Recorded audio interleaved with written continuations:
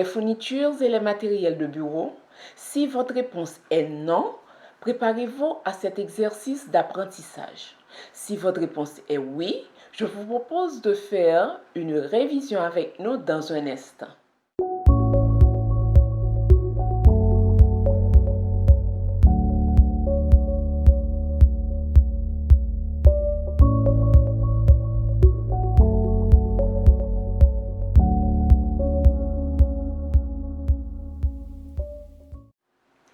Bonjour, mon nom est Madeleine.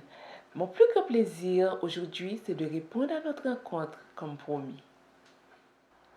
Chers amis, j'estime qu'il est important pour une personne qui travaille en administration connaisse parfaitement bien les fournitures et matériels de bureau ainsi que leur utilité. Les fournitures et les matériels de bureau paraissent insignifiants, mais leur connaissance s'avère nécessaire dans le cadre de votre fonction. Car ils vous donnent l'avantage non seulement de travailler avec précision dans l'utilisation des fournitures, mais aussi d'être en mesure d'aider vos collègues lorsqu'ils en ont besoin. Les connaître est également une plus-value. Allons dire, chers amis, que vous allez travailler dans une entreprise en démarrage.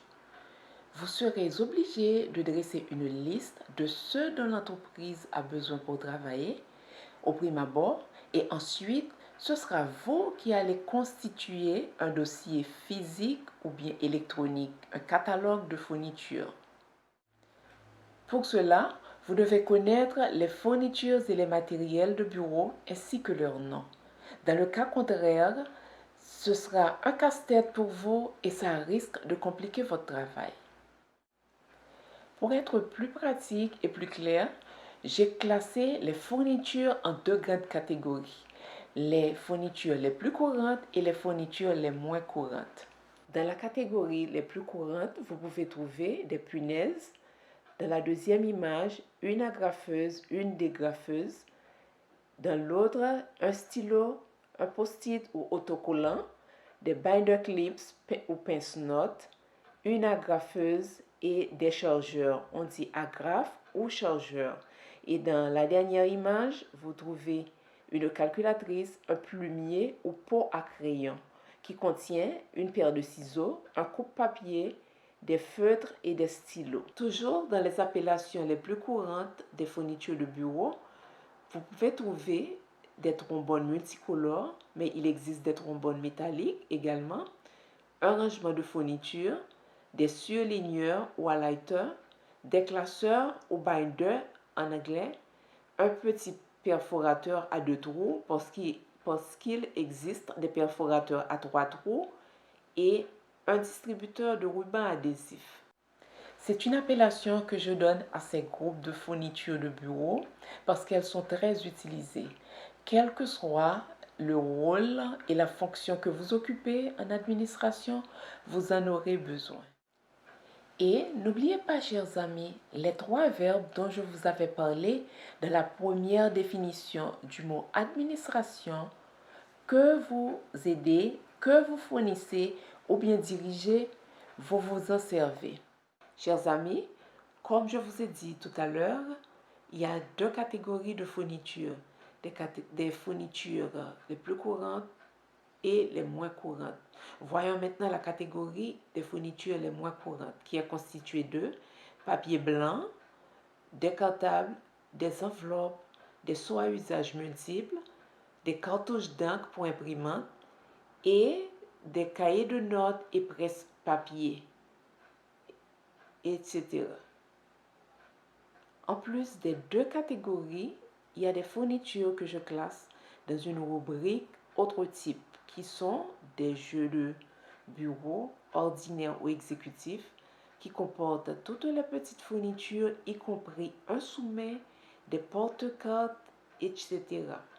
Il y a des rangements pour fournitures, un plateau à papier ou letter tray, des boîtes de rangement d'archives et pour finir, des rouleaux de papier pour calculatrice. Je les appelle ainsi, chers amis, parce que ces fournitures sont nécessaires, mais leur utilisation est moins fréquente. Pour les matériels de bureau, chers amis, la liste que je vous apporte n'est pas exhaustive parce que l'utilisation des matériels varie en fonction de la taille de l'entreprise, de la mission de l'entreprise, ainsi de suite. Cependant, je vous adresse une liste très basique. Elle pourrait être beaucoup plus longue et diversifiée. Dans la première colonne, vous pouvez trouver des ordinateurs, une imprimante, une machine à écrire, un coupe-papier ou guillotine, un ou plusieurs téléphones, un télécopieur ou fax, parce qu'il y a des bureaux qui utilisent encore le fax, un photocopieur, une déchiqueteuse et des classeurs métalliques. Les classeurs métalliques peuvent être utilisés pour faire le classement des dossiers.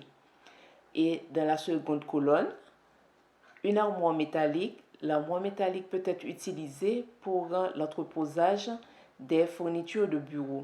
Les étagères métalliques et les étagères métalliques encore peuvent être utilisées pour faire le classement des boîtes de rangement d'archives. La salle de conférence, suivant l'espace alloué, peut contenir une table ronde, rectangulaire ou ovale. Et pour finir, un téléviseur et projecteur si c'est nécessaire. La connaissance de ces matériels et fournitures de bureau paraît simpliste. Pourtant, elle a un rôle fondamental dans l'exercice de votre fonction. Cela dit, vous avez intérêt à vous familiariser avec eux, quelle que soit votre attribution, agent de bureau, adjoint administratif, réceptionniste, secrétaire, assistante administrative, directeur, pour ne citer que cela. Ici s'achève notre rencontre, chers amis. Dans l'intervalle de vous rejoindre pour une nouvelle vidéo, exercez-vous. À bientôt.